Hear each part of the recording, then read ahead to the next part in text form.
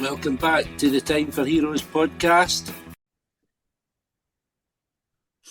Right, on the podcast this week, my guest is Jim Gellatly, a very famous Scottish DJ, kind of like the John Peel of Scotland. So what we're going to do is we're going to talk about Jim's career right from the start and right up to current day and what's going on. As I said, just take us back to the start, what life was like for a young Jim Gellatly growing up. Well, first of all, thank you very much for pronouncing my name right. That's fantastic. So, yes, excellent. I must be famous when people can pronounce my name right. Starting out, goodness. So, would you want to go back to Dundee Royal Infirmary, 1968, or further on? Yeah. So, growing up in Dundee, then what was that like? I don't remember that much really about my childhood. We lived on a farm. My mum, my dad, and my little sister Wendy. And then I went to the high school of Dundee, and then I don't think I was getting on that well. I don't remember much. And then I was sent away to boarding school at 11, and then I think that's a pivotal part because that's where I discovered music. When I went away to school. And there's a punk rocker in my house in the school called Baines.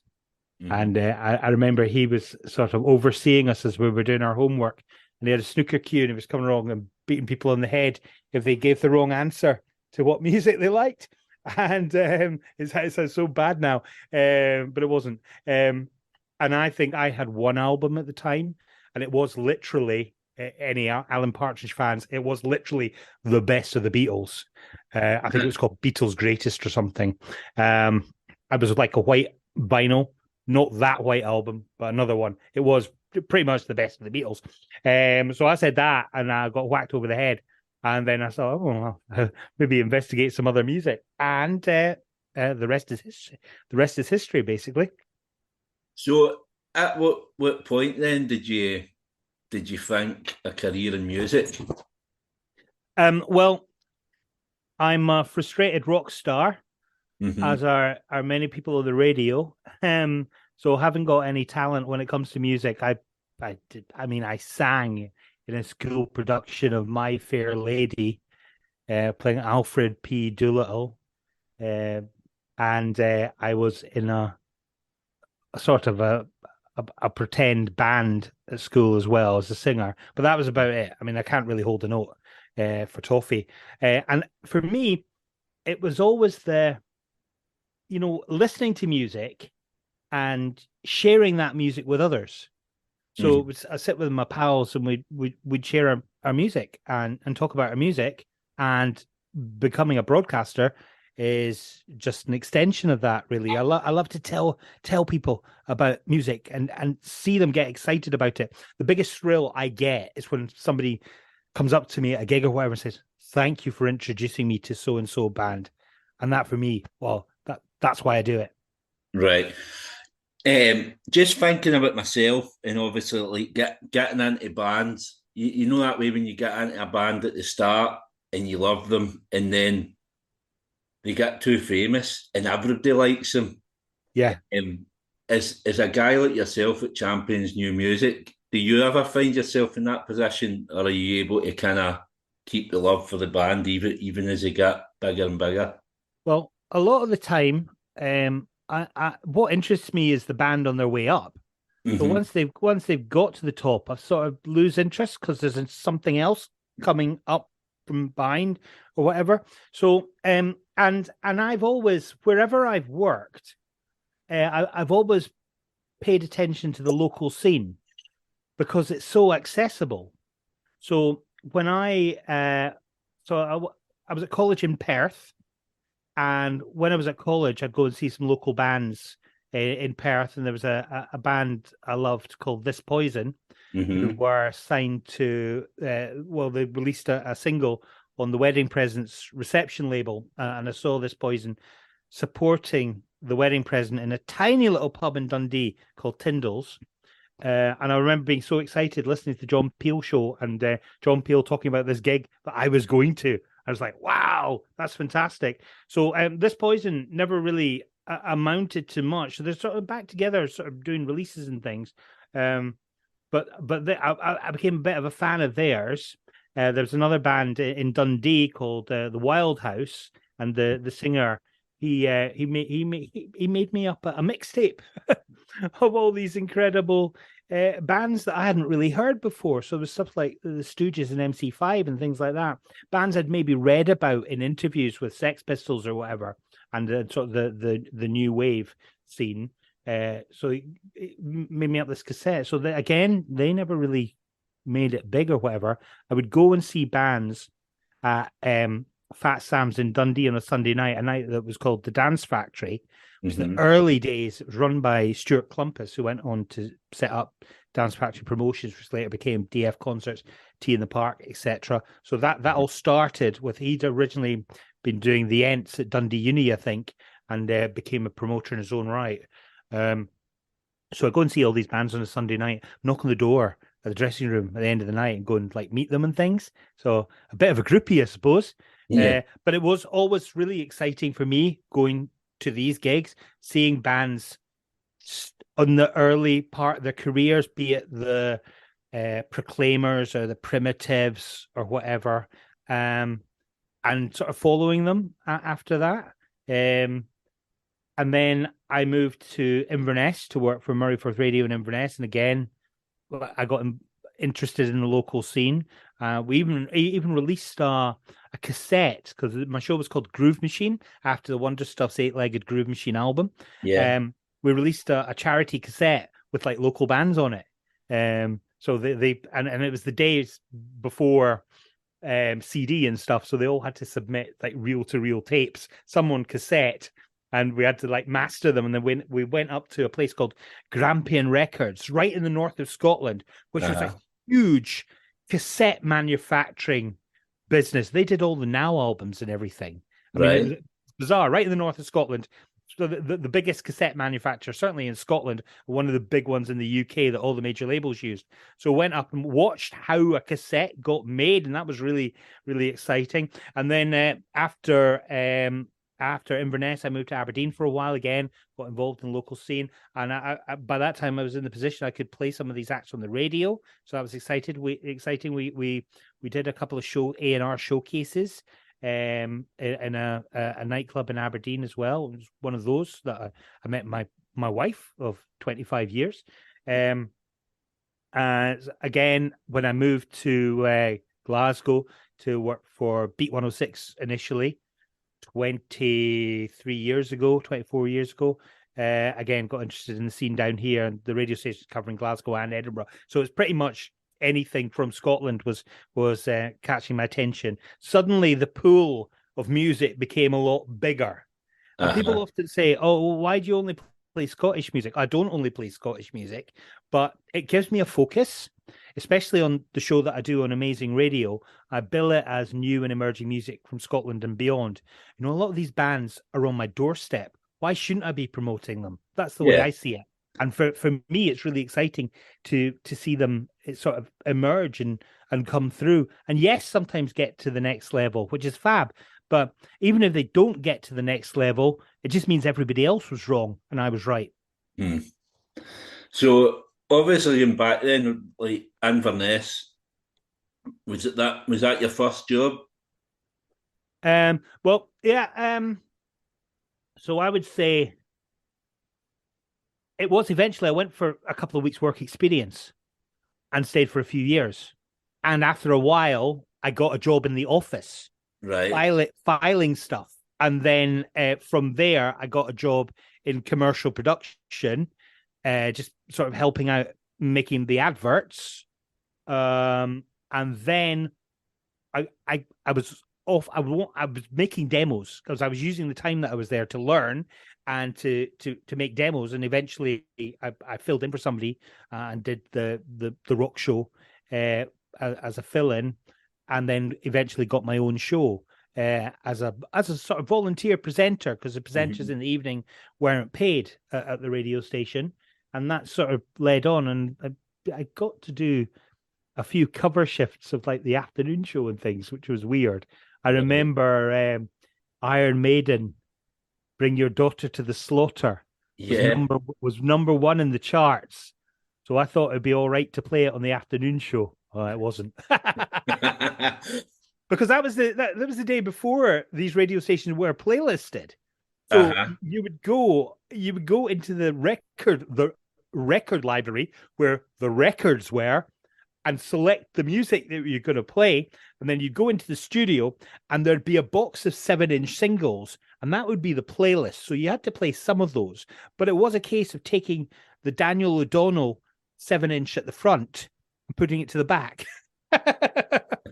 And then picking the next one that was front and playing that. And I jest, I would probably have played Daniel O'Donnell at the time, because it was quite a diverse sort of selection of tunes on the playlist. But it was literally a box of singles in the studio, and you play the one at the front. The rotation was you play the one at the front and then put it to the back of the box. Mm-hmm. Bizarre.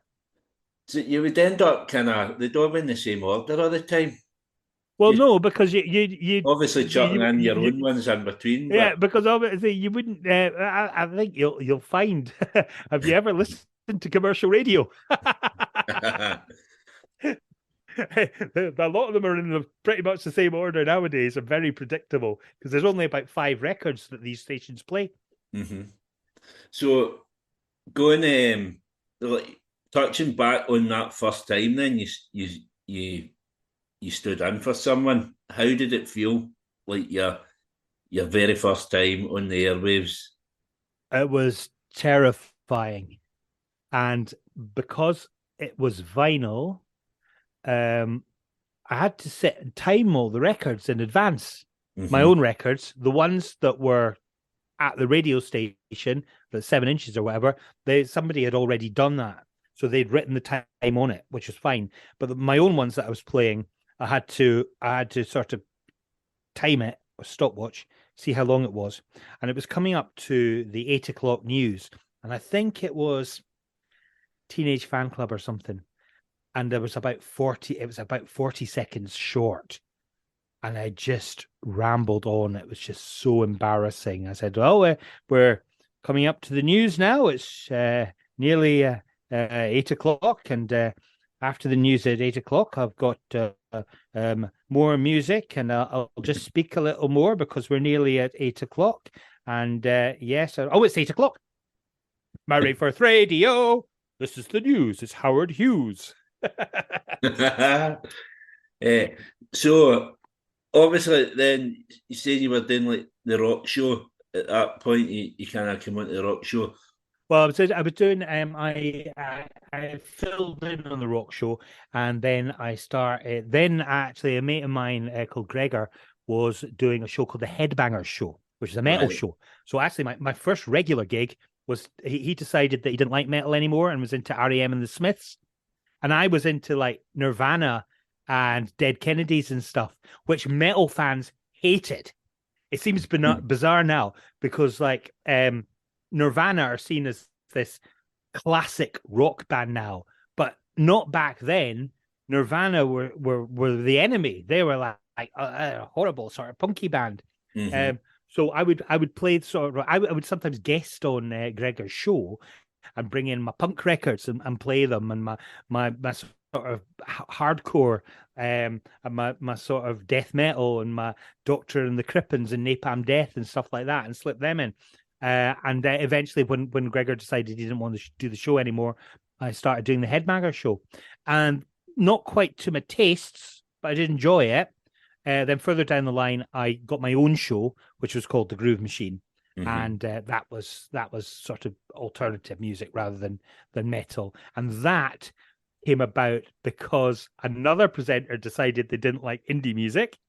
If I remember correctly, and he started to like dance music. As a guy called Darren Young, who Darren Adams, sorry, that was Darren Young was a footballer. Darren Adam, who had been doing a show on Murray Firth Radio since he was about 13 or 14, and then moved down to Edinburgh to work for Radio 4th, and then he more recently he's in Iceland now, but I think he was at LBC for a while in London doing very serious news stuff. Amazing voice, Darren's got. But no, so when Darren sort of left the indie stuff aside because he was getting into dance music, I think I might have stolen his shot, his slot. I think. I'm not quite sure. It's so long ago. But yeah. So then moving from Inverness to Aberdeen, what was it? The same sort of music, the same sort of show you were doing in Aberdeen? The first show that I did in Aberdeen was the rock show. Right.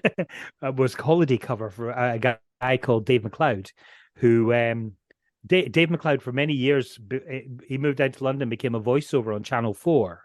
Right. And you'd always hear his voice, an amazing voice, but he was into his rock music. So that was my first slot. But I actually moved to Aberdeen to be an engineer rather than a presenter. I was on loan from Murrayfirth Radio to Northsound as an engineer. And I mean, I still to this day can't wire a plug or anything. But in those days, commercial radio had a lot of speech shows. So basically, I was what's called a tape operator.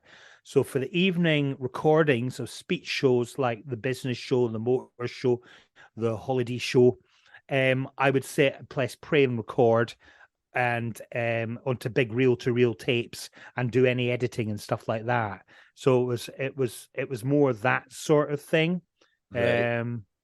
And eventually I made the decision that I would stay in Aberdeen. It was a job came up as a sort of assistant commercial producer, helping make the ads. So I moved lock, stock and barrel through to, and eventually I was still going back and doing shows in Inverness, but I moved sort of full time to Aberdeen and stayed there for about 9 years, and eventually started doing a show. At this point, still not making a living from being a radio presenter. I didn't start making a living as a radio presenter until Northsound split frequencies into the FM service and the AM service. So you had Northsound 1 and Northsound 2, and I got the evening show on Northsound 1 with playing sort of new acts and pop stuff and new music. So, for example, I'd have an interview with Nirvana one week and the Spice Girls the next. I think I did an interview, or Boyzone or whatever. I think I did an interview every single day on that show. But I mean, that was when it split frequencies. That's when I was finally making a living out of playing music. Prior to that, I mean, I had to get, because the commercial production work dried up, so I had to get like a proper job for a wee while. So, but it was a great job. I worked in One Up Records in Aberdeen, in Belmont Street in Aberdeen. Originally in Diamond Street. Actually, it was in Diamond Street at the time in Aberdeen. So I worked behind the counter in a record shop. And if anyone's seen the movie High Fidelity or Empire Records, it's like that times 10. Working in a record shop. Just crazy characters. Met so many amazing people there. How does obviously you said about your interviews back then? How were you conducting your interviews? Obviously, we didn't have Zoom. If you're up in Aberdeen, I'm assuming you're not travelling there to interview these guys. So is it all done over the phone? No. Folk would go on radio tours. They still do to an extent, but not as much, because when ISDN came in, you know, that everybody just sat in a studio in London or sat in a hub. So they would come to Glasgow, for example, and sit in Radio Clyde and do the interviews with all the Scottish stations from Glasgow. But no, I mean, the Spice Girls came into Northsound. Did they? Yeah. That's amazing. So that was so they started at the top of the country to promote Wannabe. Started in Aberdeen. So I would be the first person. There's a guy called Liam Coburn who claims he was the first, but he did an interview with them as well at Northsound. But I'll take the credit of being the first person in regional radio to interview the Spice Girls. So so they were there, and this is so early they didn't even have their names at the time. So my stock question, which they'd probably would have been asked all the time, is if you were a spice, what spice would you be? Crazy, because now we know the Spice Girls by their Spice names: Ginger, Posh, Yeah. Shorty, Scary. So crazy. And Baby. Yeah, can't forget her. Yeah. And how did you need to change your interview style between the likes of Nirvana and Spice Girls, and how easy was it to kind of juggle between different styles of musician? Very easy, very easy. Because you're ultimately speaking to them and trying to have a conversation like you're doing with me at the moment, making me feel at ease and just having a chat. It's not a case of, so when were you formed? Tell me about the new single. It was like, you know a bit about them, and artists will always appreciate that if you know a bit about them. I remember doing an interview with Ryan Adams, and I'd heard that he could be quite difficult. But he was absolutely adorable. And he said afterwards, not to me, but to the guy from the record company, that was really good because he engaged with me. And he knew about my music. He didn't just, and he knew about the music that I'm into. So we had a good conversation, not an interview. You know, it was two-way, and that's how they work best, I think. Yeah, I mean he's one on my list as well. I would love to have on the podcast. A cracking guy. Going further forward, Beat 106 appeared. So that was like a new radio station at the time. I can remember. Obviously, it was Clyde One was a big one, and then all of a sudden there was this new radio station on the airwaves. So how does that feel, kind of coming in at the start of something? It was very exciting, and there were big idea. I mean, one of the first moves they made was to poach the breakfast show from Clyde One. So George Bowie jumped ship from. People don't remember this. He wasn't there for very long because he went back because it's for some reason his DJ gigs dried up, and that's obviously a big part of his income. But no, George Bowie jumped ship from Clyde to come to Beat 106 to do the breakfast show. So it was pretty incredible, and you know, it was amazing to be at a radio station right at the start. It was I mean, I only lasted. Yeah, you weren't there long. Yeah, I didn't last long at all because they changed they got taken over by sort of Capital, and the guy Richard Park, who'd have been at Clyde and was the headmaster in Fame Academy, the TV talent show. He came in, spoke to everybody, and said, "All right, yeah, your jobs are all safe." I was out the door the next week. So I went down to London for 6 months. But when I was in London, I met the guy that was running Beat 106. And he says, you know, why don't you come back and do some shows for us 6 months later? And I said, yeah. So I started this was, and it was bizarrely, it was at the XFM Christmas party that I bumped into him. Right. And so I started commuting at the weekends back to Scotland to do a show. I mean, nowadays you just do it in London, send it up the line or whatever. But I actually came back, flew up like Ryanair, 30 quid flights or whatever. Conveniently, you know, I would tie it in with the football as well. So I'd say, oh, I'm coming back to see the family. I'd do some radio. So initially, I think that was why I was coming back. But then I was like, well, I'm coming back to the Scotland at the weekends anyway.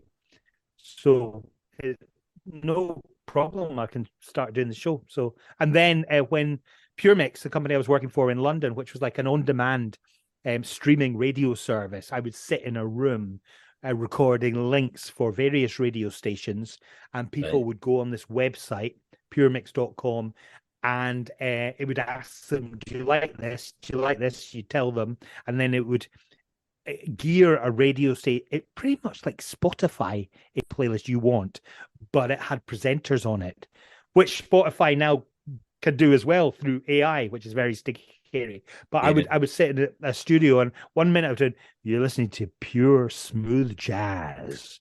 The next I'd be doing some metal or some extreme hip hop or whatever, where they were full of motherfuckers, you know what I mean? Which you couldn't normally play on the radio. And Pure Mix was such an amazing idea. The website was a lifestyle website as well. I'd be writing for that. I would be doing a new music show as well that would be on a loop. So I would record it, but there was no start and end. Mm-hmm. So it would be looping. So someone would join it and they'd listen right to the end until it got back to the bit they started again, because it was just on a loop. Bonkers. But because the take up of broadband, we were still on dial-up then, wasn't as fast as expected. It didn't work out, unfortunately. But when that fell, I mean, that was backed by millions by Chrysalis. When that fell apart, I came back to Beat 106, and they created a show for me like midnight till 6 a.m. or something like that. Which is brilliant. I mean, people were listening to the radio at that time, and the response was great. So I returned to Beat 106 after then. How long was it then before XFM took over Beat 106? XFM, well, what was happening is Beat 106 had started off as a new rock and indie station. Mm-hmm. And then it became more of a dance station. That was one of the reasons I was let go, is because the evening show became like dance shows with Colin Tevendale and Trevor Riley. So there was still space for me, but like one show a week doesn't pay the mortgage. Yeah. And that's one of the reasons that I sort of left. What they found was the perception of this bang and dance station was it was a bit neddy, which the advertisers at the time didn't like. I mean, some obviously did. And it's funny because people still love Beat 106. And there's a new, my mate Richard, who worked at Beat 106 as the original sort of head of music. I mean, Richard has said there is a Beat 106 Scotland that exists as an app with streaming music with a lot of the original presenters doing shows, so people can still get Beat 106, albeit slightly different. So it became more of a dance station, but they decided they wanted to attract a different demographic, so they wanted to have more rock. So they sort of relaunched it a wee bit as more of a rock station, Beat 106. People don't remember this because it wasn't particularly successful, and eventually they were looking at selling it. But instead, they decided to rebrand it as XFM, which was another of their stations. And I was over the moon because XFM was my dream gig. Mm-hmm. It was the station I had always wanted to work for. I still have the rejection letter from the original boss, Sammy Jacob, when XFM first started as a full-time license in London. So to work for XFM was just amazing. And I did some collabs as well with John Kennedy, who's still on Radio X, does his show. And we went and did sort of live shows from a hotel room in South by Southwest in Austin, Texas, and stuff like that. Just amazing to be part of XFM.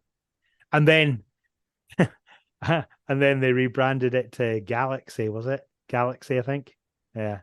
Yeah, and then by all accounts, and now it's Capital. Yeah, basically. So by all accounts, XFM was it was a bit mad. I've seen the documentary Kick Out the Jams. Yeah, which doesn't really start on. It doesn't really include the period that XFM Scotland exists. It was interesting because I had totally forgotten that when Beat 106 applied for a license originally, was it Beat 106 or was it prior to that? Anyway, originally XFM, Chris Parry, who features in the documentary, and I think Alan McGee was involved as well, and that's talked about in the documentary to bring XFM to Scotland. They didn't get the license, but I mean, absolutely fascinating. That's before XFM Scotland became a thing. And to be honest, by the time XFM Scotland existed, the original ethos of the original XFM, which is featured in the documentary, had gone probably. It was a bit more because I mean that become a didn't bit more last long corporate. anyway, didn't it? No, like those a lot of the original ones on XFM didn't last too long. I had Simon Williams on the podcast Yeah. a good few episodes ago, and obviously he had a show, Yeah. kind of like the evening session. Obviously, he was Yeah. pals Yeah. with Lamac, and Mm. they kind of tried to pair them off against each other. But Yeah. again, he Well, I didn't. mean, only John Kennedy remains Mm-hmm. from. I mean, John Kennedy, it's incredible. I mean, I love John. It's incredible. He is still there. John Kennedy was there from, I think, when it was a pirate Right. to the RSLs. So, I mean, it's fantastic. And John is such an incredible ambassador for new music. And, the fact that he still has a show is a big credit to him. At XFM Scotland, your big show exposure. That's like most. If I mention Jim Gellatly, everybody talks about that show, and how Do they? I would have liked to think they talked about the beat scene, but hey ho, that's fine. Exposure was pretty much John Kennedy's gig, right. and I did the Scottish version. So obviously on that, like, you were getting first radio plays to lots and lots of artists that have went on to great success now. A lot of, as you touched on at the start, a lot of Scottish ones that have come out round about that period, for KT Tunstall, Biffy Clyro, Fratellis, right up to The View. Well, Biffy Clyro would have been Northsound. Right. The KT Tunstall would have been Beat 106. Oh, right. So all through your career. Yeah. So the Amy Macdonald would have been definitely Beat 106. Twin Atlantic, maybe Beat 106, possibly XFM. Las Vegas was certainly XFM, because I remember going to see them. I'd seen them a few times. I remember going to see them at King Tut's, and my pal Susan, who was working at the radio station. No, was it Beat 106? No, it was maybe Beat 106. Again, that was Beat 106, because they wanted to get Alan McGee on to do a show. And I knew that Susan said Alan McGee's at this gig. So my boss sent me to King Tut's to speak to Alan McGee to try and connect them to do a show on Beat 106. So again, that was Beat 106. I don't think I did anything at XFM. Oh, did you? No, I must have. I'm just looking at, like, a lot of those bands are from the same kind of period of time, which obviously that was kind of sort of 85 through to about 80, not 80, 2000. No, about 2005 through to 2007. I haven't a clue what radio station I was working on, because pretty much I was doing the same show with different names. But that was a very exciting time. And for me as a Dundonian, seeing the likes of The View come through and have a #1 album was an incredible thrill. Yeah, and they smashed it as well. It was like having our own kind of libertines in Scotland. It was like you didn't need to look down there anymore. We had our own scene up here. And absolutely, obviously The Viewer still one of my all-time favourites. I get into the full Dundee scene, all the other bands that kind of revolved around them, Luvana and all that, all sorts. I mean, even like the smaller bands that a lot of people know heard of, like the Brogues and stuff like that. Oh yeah, absolutely. So I immersed myself in that scene, but at that time, bands were getting record deals still. Music's changed a lot in the last maybe 15, 20 years, and it's not as easy for these bands. Do you think we'll ever see a kind of replication of that in the future? Not in the same way, because the whole record label thing has changed dramatically. I mean, I remember growing up, a band would go on tour to promote a record, and now an act will release music to promote a tour because there's more money there, and there's and you know, it's not just about releasing music to make money. There's sync deals, there's merchandise, there's so many other pieces of the pie. If you're an artist just recording and releasing music, you probably not make a living out of it. So you have to find other bits and bobs. So it's very different. And the live thing is probably more important now than it used to be. I mean, pop acts didn't used to tour.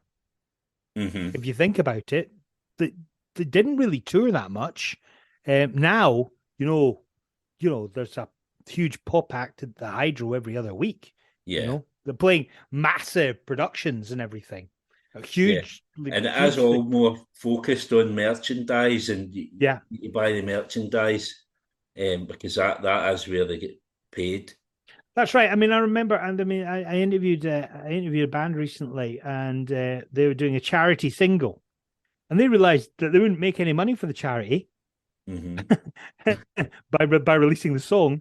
So they released merchandise to relate to the song, and that's how they make the money for the charity. Bonkers, isn't it? Yeah. So, I mean, round about that time then, as we're talking about 2005 to 2007, you were... That was a rough guideline. I did pick those out of my head. But, I mean, that's round about the time. 2007, you were voted into the Daily Record Hot 100. Oh, yeah. 2000. Was it Evening Times, was it? Oh, I don't know.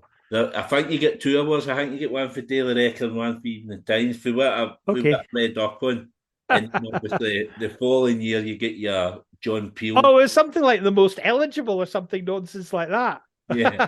But you're obviously well recognised then, and like highly thought in the music industry. Well, I am quite distinctive looking, so that does sort of help.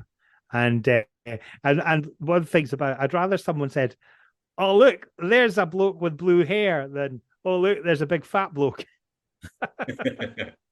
And as I touched on as well, John Peel Award for Outstanding Contribution to Radio. How is it, firstly, winning an award like that, but obviously with the name John Peel, that's highly thought through broadcasting for many years, to get that award? Yeah, that was crazy. It was coming up to my 50th birthday, and there was an inkling at the time that XFM was on its last legs. So the boss, Stuart, he got us all into a room for like a meeting and said, "Jim, you're coming up to your 50th birthday. Now, when you were setting out and wanting to get involved in music, there was a particular person, wasn't there, that you looked up to?" I said, "Yes, Peter Easton on BBC Radio Scotland." Not the answer he wanted. he wanted John Peel as the answer, and I mean, obviously I was a fan of John Peel, so he had all those pictures of me as a kid and stuff, and I think, what is going on here? And at the end of this meeting, he revealed that I would be presented with this award down at the O2 in London. And the reason that he was telling me that I would be getting this award rather than being surprised on the night was because he knew if I didn't know about it, I wouldn't have gone. I'd rather have been doing my radio show. So I went down. It was at the Indigo 2, sort of the sort of little nightclub. Well, it's not that little. It's probably bigger than any nightclubs in Scotland. At the O2, and it was this Music and Radio Awards by the Radio Academy. So there were lots of different awards being handed out. I mean, before I got my award, Gary Barlow had received one for like Song of the Year or something. So I go up and get mine. So it's Nimone from, I think she's on Six Music. Yeah. She sort of introduced it and pronounced my name wrong, of course, unlike a professional like yourself who knows. And then John Fratelli comes on stage, and I didn't know, he didn't even know he was on the building. So John Fratelli came on and awarded me with this lovely sort of glass trophy for the PRS Radio Academy John Peel award for contribution to music, which was pretty special. I mean, John Peel himself, before it had been renamed in his honor, had won that award. Uh-huh. But just a list, a who's who of radio legends. I mean, of that list of people who'd previously won it, like, I don't know, Kenny Everett, Tony Blackburn and the likes. And John Peel, of course. I was probably the only person on that list that I hadn't heard of. Right. But I mean, what an incredible honor that was, just to be mentioned in the same breath as some of these people. Just amazing. Yeah, it's brilliant recognition for all the work you've put in throughout the years. I seen a video. It was on YouTube. I don't know if they played that at the awards ceremony with Snow Patrol and KT. Oh yeah, they did. Yeah. It's funny because Amy Macdonald is so computer literate and brilliant on social media and Instagram and videos and stuff. Amy Macdonald had been asked to do a video, but she couldn't work the video camera apparently. So it's I think it's Biffy Clyro, Snow Patrol, and KT Tunstall. Yeah, that's it. Biffy's the other one. Yeah. Video. Yeah. So after that, obviously you've had lots of different radio stations going forward for there. Radio Scotland, Clyde One, Amazing Radio. Amazing Radio actually is the one that I probably worked for. Amazing Radio for longer than any other radio station. So which is bonkers. How does it work? Just kind of jumping between these radio stations, and do you find differences? What are the differences between each one? They're generally quite different. I mean, Amazing Radio is. I mean, I'd have to go right back to my Murray Firth Radio and my Northsound days when I did a show where I got to pick all the music. Mm-hmm. So Amazing Radio, I pick all the tracks that I play as long as they've been uploaded to the Amazing Radio website. So that's a big difference. Most radio stations are playlisted, which is a good thing because, I mean, lots of research goes into it and everything. It's nice when there's an opportunity to be able to play other things. So Amazing Radio is my passion. It's almost to an extent like my hobby, because my day job is as a forces broadcaster. Uh-huh. So I work for a radio station called BFBS, which has got radio stations across the world. Mm-hmm. British Forces Broadcasting Service. So I do the breakfast show for BFBS Scotland from an army barracks in Edinburgh. So that's a totally different sort of show, and that's utilizing some of my experiences as a broadcaster rather than a new music supporter. Uh-huh. But something will come up, like a track from The View or whatever, and I will have a story. And I was like, oh, that's KT Tunstall. I was the first person ever to play her on the radio without sounding too big-headed, you know? So it's totally different. But for me, it's pretty incredible when I have seen so many incredibly talented broadcasters fall by the wayside due to radio stations networking, closing down, and there not being so many jobs out there, that I am still making a living out of being a broadcaster. I find that absolutely incredible. And the BFBS thing is just an incredible experience. So as I said, I do the show from an army barracks in Edinburgh, Dreghorn Barracks. But I'm on like a contract that could see me be at any of the BFBS stations around the world. 6 months last year, I was in the Falkland Islands. Yeah, I was going to touch on that. What's it like there? What's it like uprooting yourself to somewhere like that? It was quite difficult, but what was good about it was, having already been a forces broadcaster for a few years, finally actually really becoming part of that community and feeling like I was part of that community, and also going there for 6 months, whereas the majority of the listeners, who are mostly RAF and a lot of contractors as well, they're going for maybe 4 months.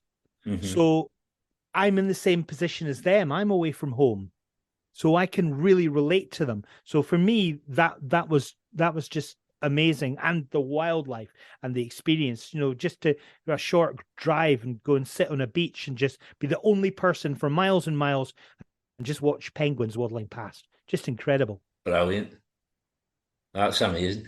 Manic Street Preachers, you're a big fan of them? Yes. So I see they asked you to do the 20th anniversary tour of the Holy Bible.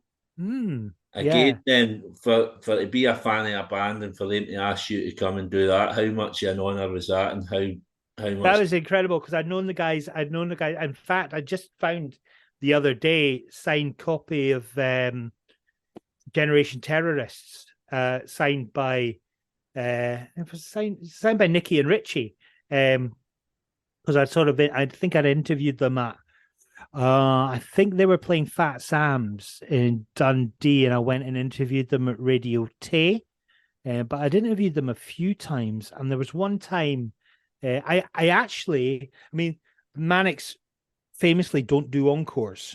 Mm-hmm. They did once, and I was there.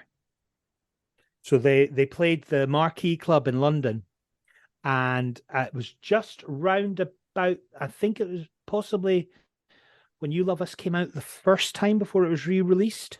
Uh-huh. So they did this gig, and then they went off stage, and then the PA started playing music again. It was like, I think it would have been Guns N' Roses or Public Enemy, because they were their two favorite bands. And then awkwardly, people were chanting to them to come back. They came on and did an encore, and it was probably, they shouldn't have, but I have seen them do an encore. And I was the one is bizarre, because one of the biggest supporters in the mainstream press of Manic Street Preachers, and they were getting NME stuff and things. One of the biggest supporters in the mainstream press was the Daily Star of all newspapers, in their like pop column. And I was sat there. I had a big fake fur coat, my sort of hair. I had Doc Martens, fluorescent Doc Martens, one pink and one green, and I was sat on the stairs. A Daily Star photographer wanted to take a picture of me as a Manic Street Preachers fan. And what Manic Street Preachers fans look like. I've never seen these photos, so I'd love to see the photo if it existed. But no, that was pretty special. That really was, to do that, to be asked by the band, and then get this, even more bizarrely, a bump into Ian Rankin. The writer. Right, so I bumped into Ian Rankin, and I was chatting to him. Yeah, I mean, he knew who I was, which I would just blew me away. And then I ended up taking Ian Rankin backstage to introduce him to Nicky Wire. Brilliant. Isn't that mental? Yeah. That's a really good story, man. I'd forgotten about that. But we're going towards the end of the interview, obviously. Back at that time when all these bands were out, obviously you had your evening show, and you had Vic Galloway on like Radio 1 doing the Scottish, like the I Scottish first met Vic when he came in with his band Miracle Head and did a session right at Northsound. So I'd known Vic for years. So when you were kind of on the radio, doing the same kind of shows, and like breaking new music, did you feel some sort of competition between each other? No, never. Because you're both doing the same thing, aren't you? So you're both. But the more people doing that, the better. No, I mean, I had guested on, so Vic's show on, he'd obviously done the Radio 1 show. His Radio Scotland show, I think if I remember correctly, he took over from Peter Easton, who was my hero. And I was on the last ever show that Peter did, I think. which came from Aberdeen, and I was a guest. And I think Vic was in Aberdeen at the time as well for some event that was going on that I think I might have been involved with, like a showcase event. I think it's sketchy. It's a long time ago, but no, I mean, I've done a lot of stuff with Vic over the years, like panel discussions and all sorts. Yeah. I kind of thought that with the answer. I kind of thought you're both in it. You're both doing it for the love of music. So there isn't really. We're both public schoolboy punk rockers. Yeah. Kind of before we touch on your heroes, obviously, how do you feel now? What's the state of the radio industry now? With obviously the competition, Spotify. How do you feel things?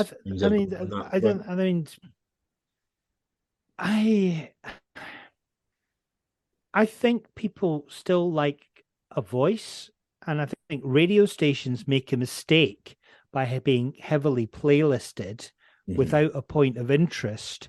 And this is where I think radio stations, especially community radio stations, have the upper hand, because they can introduce people to things that are a bit different and curate it in a different way that maybe Spotify can't. Whereas Clyde or Forth or whatever, who are doing a brilliant job and are hugely successful, they are basically portals for commercials and getting people to win money, playing some great music that people love and some funny chat.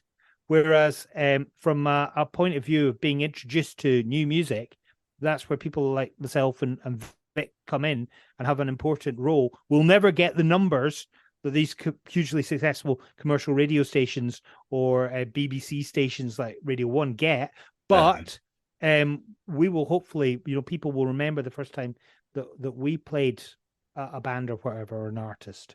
Yeah, so I think and it's totally different. I mean, Spotify is an amazing thing, and what it means, all the streaming services, means that everybody's music is on the level playing field.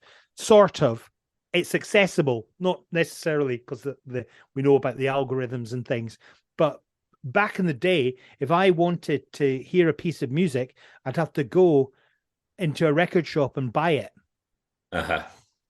Now I can say, "Oh, have you heard about this new band? Blah blah blah." No, 2 minutes later, I'm listening to it. Yeah.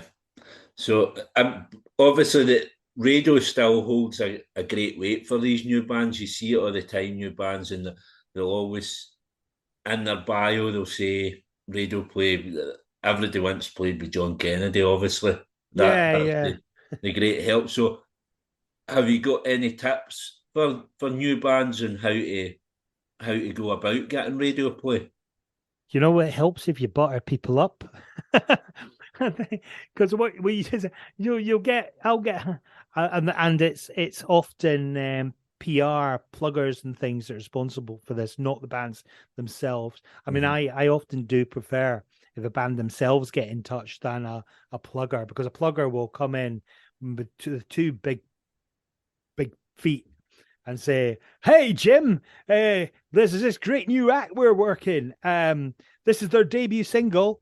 They've been played by Vic Galloway. They've been featured in Zane Lowe on Beats, and they've been played by Lamac." And I'm thinking, yeah, and I played their last 3 singles. This isn't their first single, and you just feel off, So I think create a relationship, and if somebody doesn't get back to you, because I mean, I get a lot of emails. I mean, I must say, if I'm to consider something to play on Amazing Radio, it has to be uploaded to amazingradio.com in the first place. So I spend a lot of my time telling that to acts, and maybe if they'd done some research, they'd have known that.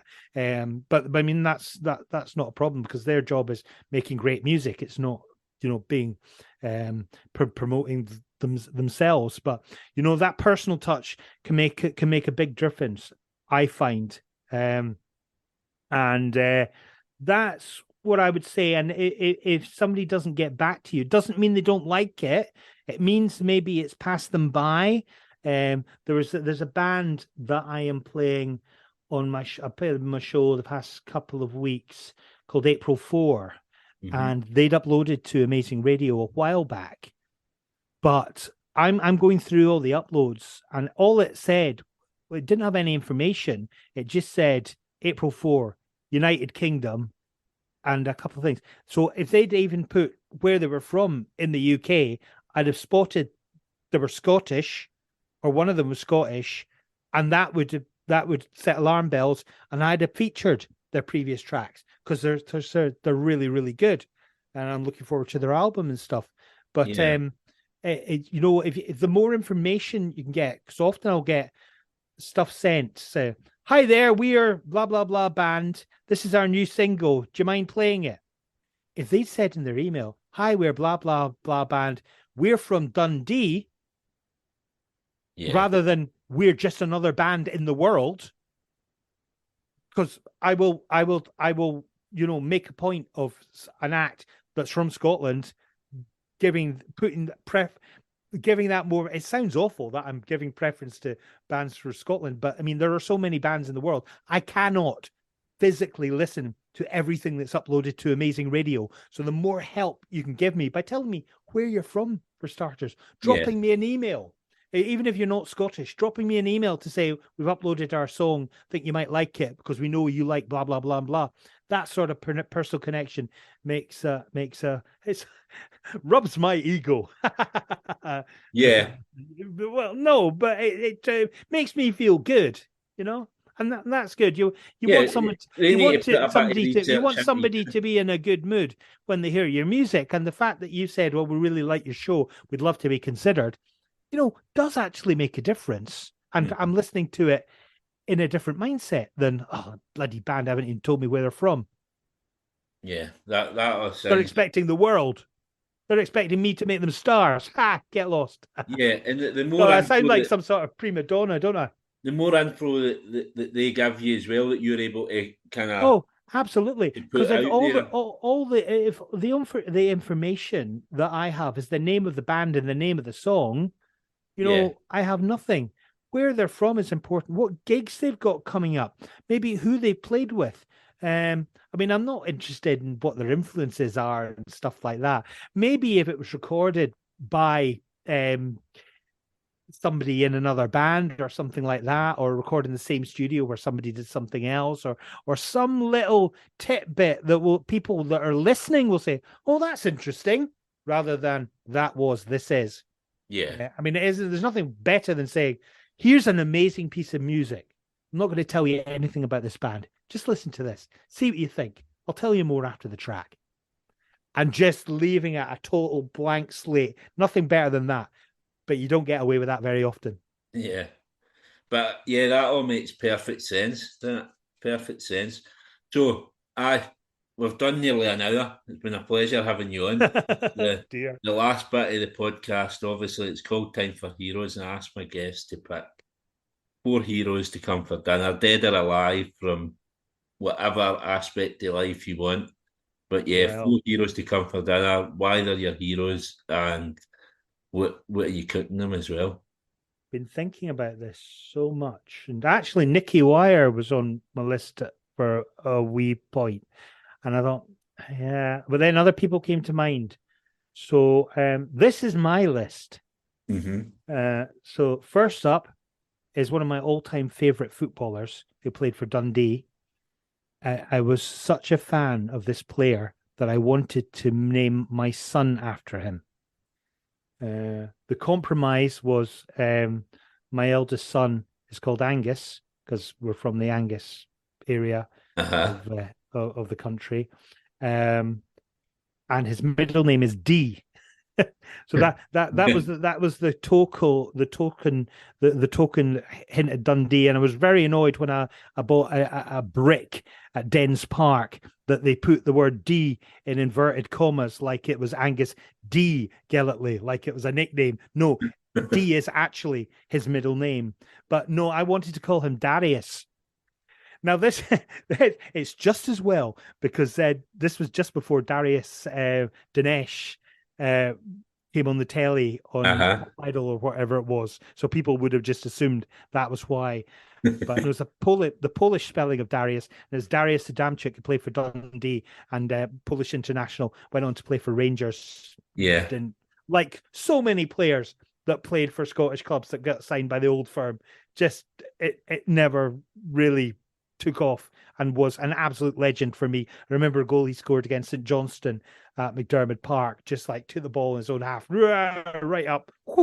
Just incredible. So Darius Adamczyk, I'd have him as my 4. Some amount of good players that Dundee had at that point as well. You seem to be Claudio Caniggia as well. Well, that was a lot later on. So this was pretty special. We had a couple of Polish internationals in the team. We weren't particularly good on the field, but no, it was exciting. I mean, when all Raffinelli and Caniggia and everything played for Dundee, that was just a different level. So was it a Spanish one? Was it Caballero? Was he done? Yeah, sort of. I'm Argentinian. Yeah. So a lot of incredible. Oh, Fabian Caballero, what a player! And Juan Sara as well. Oh, so many great memories. But we're on a roll now. We've got a great team, and my next one is actually a current member of the team, and that's Owen Beck, who is probably the most exciting defender that I've seen for as long as I can remember. Welsh under-21 international, called up to the main squad recently. He sadly, I don't think we'll get to see much more of him beyond this season because he's on loan for Liverpool. Right. And actually, with Andy Robertson injured, I'm now worried he'll get recalled sooner rather than later. Just an incredible talent. And see, he's a defender, but see when he comes forward, wow. So Owen Beck is the second I'm going to check him out as well. Oh yeah, no, he's absolutely incredible, Owen Beck. I'm going back a bit and something a bit more musical. So I'm not going with like John Peel or Peter Easton, who'd be an obvious one. I'm going for Janice Long, right? Because Janice Long had a great rapport with John Peel. When she did the evening show, she did the slot that pretty much became the evening session further down the line. The likes of Joe Wiley and Lamac made their own, but that slot was always had sort of interesting sessions and bands and stuff. So Kid Jensen, Mike Smith possibly for a while, Mark Goodyear too, I think, are all presenters in that slot. But when I was at school, I would love listening to Janice Long in the evening, and she would do like the music press reviews and all that sort of stuff. Have some amazing sessions, great taste in music. I had the honor, sadly Janice no longer with us. I had an honor of being on a panel with Janice Long at In the City music conference in Manchester. That's right, a number of years ago. So I would have Janice Long. So just a brilliant, and in the latter years of her life, she was still doing a new music show on the radio on BBC Radio Wales. So Janice Long in there. And my final one is Lewis Capaldi, and because he's just so funny. And apart from anything else, I have never properly met Lewis Capaldi, which seems ridiculous. I've met members of his family at gigs and stuff, but I haven't actually met Lewis knowing who he is, because I have met him when he was playing in a band when he was pretty young, and his band were playing. I was also the guitarist from Youngblood as well. What's his name? Adam. Yeah. Adam. Yeah. So he was in the band as well. So they were on the train back to West Lothian from Edinburgh. They'd been doing a gig at Studio 24 in Edinburgh, I think. And myself and my daughter Jasmine, we'd been at the Liquid Room to see Nina Nesbitt. So we're on the train back together, and these young guys come and approach me and say, "Yeah, Jim, aren't you? Yeah, we were in a band, yeah." And then I'm like, "Oh yes, get me your demo." And I played the demo on the radio, and later on I discovered that Lewis Capaldi was one of these kids. So I have met him on a train and played his band, but aside from that, I've never sort of met him as Lewis Capaldi, the artist. I did see his first gig at King Tut's when he played. He did. It would be round about the time he got signed, I think. His manager, Scott, invited me along to the gig, and he did Bruises, and it was just like that line, there must be something in the water, was so memorable. I think he started off the gig with that and maybe did it later on as well. And I came away, I came away and thinking, wow. And then from then on, it was like anything from Bathgate. It was always that line of or Whitburn. There's always that line. There must be something in the water in West Lothian, which has been used many and many a time. I certainly, when I was writing a newspaper column in Scotland's biggest selling tabloid, I certainly used that line several times about West Lothian acts. But it does kind of strike me that area is obviously, as we touched on earlier with the Dundee, when the View came out and you had all these bands on about them.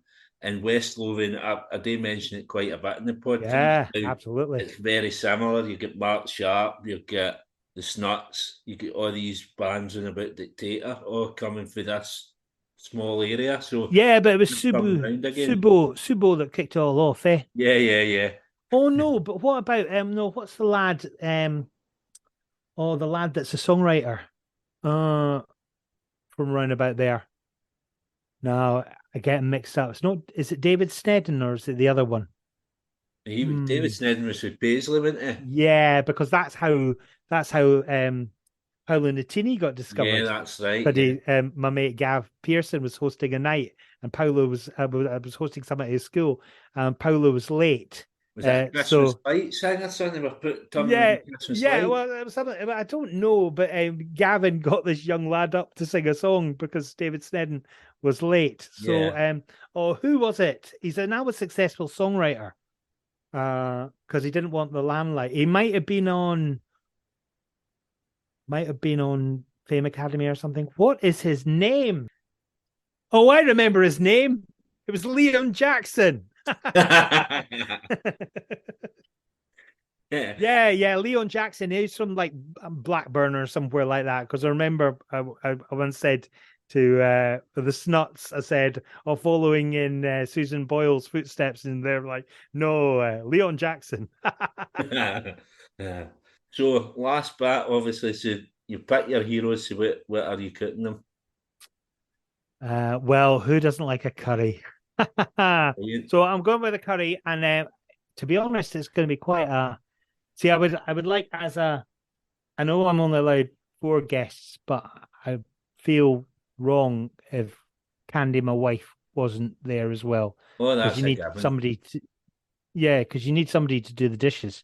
I'm joking. I'm joking. She never washes the dishes and she never does the cooking. I have to do that. I'm be cooking the tea tonight. But no, I would. But it would be fairly mild and quite creamy because Candy doesn't like the spicy food. It doesn't agree with her. So so I'll do a wee curry, I think. Brilliant. And it would literally not have a name because I would just chuck things in it. I get all the different spices and chuck them in, and hopefully it would taste all right. And a bit of maybe they're the best ones. Coconut milk or something, just with a nice. And why is it you can't buy naans that taste like naans you get from the takeaway? Even you get. Even if you get one from the takeaway and put it in the freezer and bring it out, it doesn't taste the same. It's incredible because you get all the different naans that you can buy in the supermarkets. None of them are a patch on the ones that are actually made in the wee takeaway up the road. So so I would maybe invest in one of those oven things that the naans are doing. They throw the dough against the wall of it to make the naans. I'll invest in one of those. Because you can't beat a proper naan. Or actually, can I not just get a takeaway in? You can do what you like. It's up right. to I'm you. getting a takeaway. I'm getting a takeaway in from the Amran Tandoori in halfway Cambuslang. Brilliant. Absolute pleasure having you on. I'll post all your links and all that to your radio shows. Thanks for having me, Martin. It's been good fun. And we never even got on to speaking about the Libertines and the time I interviewed them at the Barfly and in the dressing room, and I was DJing at the time, and I had to put on New Order's Blue Monday to give me enough time to nip across the dance floor to the dressing room to interview Pete and Carl. But there we go. That for another day. Yeah, I'll get you back on for a part 2. That's brilliant. Right, you take care, Jim. Thank you very much. Cheers, man. See you later. Thank you. I hope you all enjoyed this episode of Time for Heroes podcast. If you would like to get in touch, the best way is on the Facebook page, Time for Heroes podcast, or on Instagram at Time for Heroes podcast, or Twitter at Time for Heroes P1, or drop me an email at timeforheroespod@gmail.com. You'll find Time for Heroes on all podcast platforms, including Spotify, Apple, Google and Amazon. Please leave a review where you can, share with others, and more importantly, enjoy.